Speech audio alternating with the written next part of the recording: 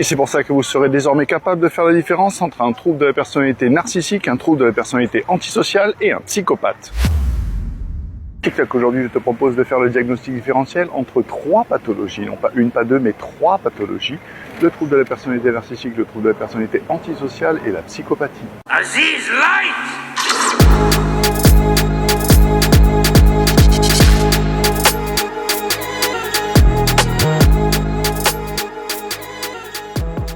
Celles et ceux qui suivent ma chaîne savent que le DSM est tout juste bon à caler une armoire bancale ou à démarrer un barbecue. Ceci étant dit, ils ont quand même fait quelque chose d'intéressant, c'est-à-dire qu'ils ont repris la structure pervers freudienne. Ah ouais, ils ont fait une petite réunion, ils ont dit non mais on va pas l'appeler structure pervers freudienne, on va se faire gauler là. Bon, on va appeler ça cluster B. Ouais, ça c'est bien, ça cluster B c'est bien. Ça fait cluster déjà, ça fait scientifique. Donc là on est très très loin de la psychanalyse, hein. Donc les troubles de la personnalité, ou appelés cluster B dans le manuel statistique de diagnostic, va regrouper un ensemble de troubles de la personnalité qui était anciennement sous l'ombrelle de la structure freudienne pervers. Elle a été, rappelez-vous, éclatée par Otto Kuenberg en état limite au pluriel. Souvenez-vous que pour les psychoses, c'est lorsque le contact avec la réalité est perdu. Pour les névroses, c'est lorsque la compression de l'ego se fait et lorsque l'autre est surestimé et surévalué. Et entre les deux, vous avez tout un tas de troubles de la personnalité. Attention, il s'agit de structures, et les structures ne déterminent pas la pathologie en question, mais les pathologies appartiennent à ces structures. Je vous renvoie vers les 3 vidéos sur les structures, si jamais vous avez encore des questions. Commençons sans plus attendre avec un petit tableau explicatif. Commençons par le commencement avec les traits communs à ces 3 pathologies qui appartiennent au cluster B. D'abord le manque profond d'empathie qui va être équitablement partagé, mais particulièrement puissant chez le psychopathe. La manipulation et l'exploitation des autres se fait par la recherche de pouvoir et la prise d'ascendant, à l'origine de laquelle se trouve une énorme angoisse du rapport avec l'autre qui ne peut se faire que dans l'antagonisme ou la compétition. Les difficultés dans les relations interpersonnelles sont au cœur de toutes les structures de la personnalité limite, comme on vient de le voir partiellement, le besoin de contrôle et de pouvoir, mais de contrôle et de pouvoir sur l'autre, sinon ça n'a aucun sens. La propension à la dévalorisation d'autrui, ça c'est particulièrement puissant chez le pervers narcissique qui n'est pas capable de se mettre en valeur autrement qu'en dénigrant et en invalidant la personne. La difficulté, voire l'impossibilité d'assumer ses comportements, et on le voit avec l'utilisation des 3 renversements pour essayer de nier la responsabilité du comportement. C'est de ta faute, c'est pas de ma faute, je suis obligé, mais c'est toi qui, c'est pas moi, c'est toi. Enfin, l'impulsivité qui sera également partagée avec le TPL que l'on verra beaucoup plus tard, et bien évidemment une faible tolérance à la frustration, ce qui vient notamment d'une difficulté à réguler ses émotions qui n'est pas forcément le trait de caractère le plus puissant chez le psychopathe.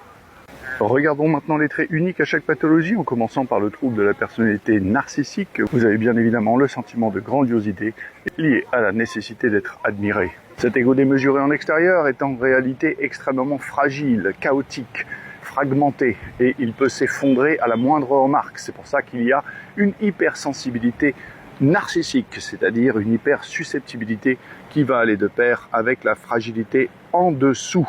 La recherche de l'approbation et de la validation de l'autre est nécessaire, il faut vous convaincre. Regardez-moi, je suis une star, je suis le roi, je suis digne d'être vu et je vous domine. Tout ceci nous amenant tout naturellement, comme nous l'avons vu tout à l'heure, à une insécurité interne cachée derrière une image idéalisée que l'on cherche à imposer à l'autre, surtout pour s'en convaincre soi-même. Regardons maintenant les traits spécifiques aux troubles de la personnalité antisociale. Au sommet de la liste, il y a bien évidemment le mépris des lois, des règles et du droit d'autrui. Ceci va se retrouver également dans l'angoisse de conformité de certains aspects du trouble de la personnalité limite, mais également chez le trouble de personnalité narcissique avec la règle « la loi, c'est moi ». Particulièrement forte dans le trouble de la personnalité antisociale, la règle va être transgressée systématiquement, car il s'agit bien du cœur de la perversion, c'est-à-dire l'inverse de ce que disait Montesquieu. La liberté, c'est de faire tout ce que la loi autorise, disait-il. Le pervers ou l'antisocial va dire la liberté, c'est de faire tout ce que la loi interdit. Une indifférence quasi absolue pour la sécurité de soi-même et des autres, c'est-à-dire une mise en danger. Ceci va être également partagé dans plusieurs cas de violence internalisée. Ceci va avoir directement 2 impacts. Le premier, c'est une levée des inhibitions liées au risque de la confrontation physique. Et le deuxième, c'est justement une recherche de cette supériorité physique et de la confrontation avec l'autre. Un trait que vous allez retrouver dans le DSM comme particulièrement fort chez le trouble de la personnalité antisociale, mais qui est extrêmement présent dans les 3 structures, et c'est là que l'on peut avoir une lecture critique. La manipulation fait bien partie des 3 structures, bien qu'elle soit particulièrement maladive dans le trouble de la personnalité antisociale.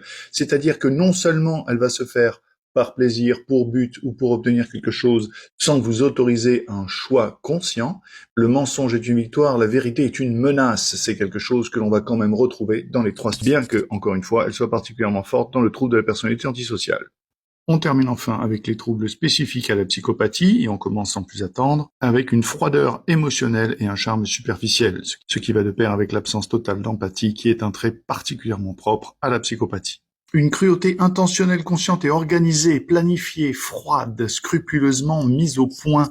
On n'est pas dans l'impulsivité et la réactivité des 2 autres troubles. Absence complète de culpabilité et de remords. Nous avions vu que les personnes atteintes de troubles de la personnalité du spectre narcissique peuvent avoir des regrets si et seulement si ce qu'ils ont fait ne les place pas dans une position avantageuse. Absolument pas un regret d'avoir fait du mal à l'autre, bien évidemment.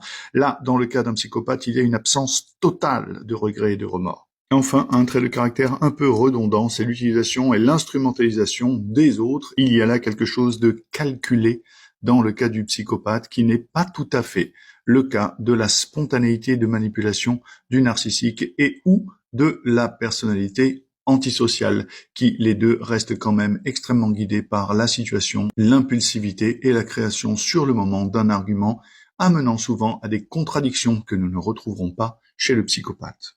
Et alors là, vous pourriez me demander, oui, mais dans ces cas-là, pourquoi est-ce que l'on fait un trouble bipolaire type 1 et un trouble bipolaire type 2 selon si au sein d'un même trouble il y a une petite variation ou non? Pourquoi est-ce qu'on donne des noms de pathologies complètement différentes alors que finalement il n'y a que 1 ou 2 symptômes qui diffèrent? C'est les méandres de la nosographie, la classification des maladies. C'est pour ça qu'il faut se rappeler que le sujet n'est pas défini par sa pathologie, c'est le sujet qui définit la pathologie. C'est votre souffrance et les souffrances telles qu'on les observe qui vont modifier ou non les façons que l'on a de les nommer. Je vous remercie d'avoir suivi cette vidéo jusqu'au bout. Je vous retrouve tous les soirs de la semaine, du lundi au vendredi, autant que faire se peut, de 20h à 22h pour essayer de répondre au plus grand nombre de vos questions si je le peux. À bientôt.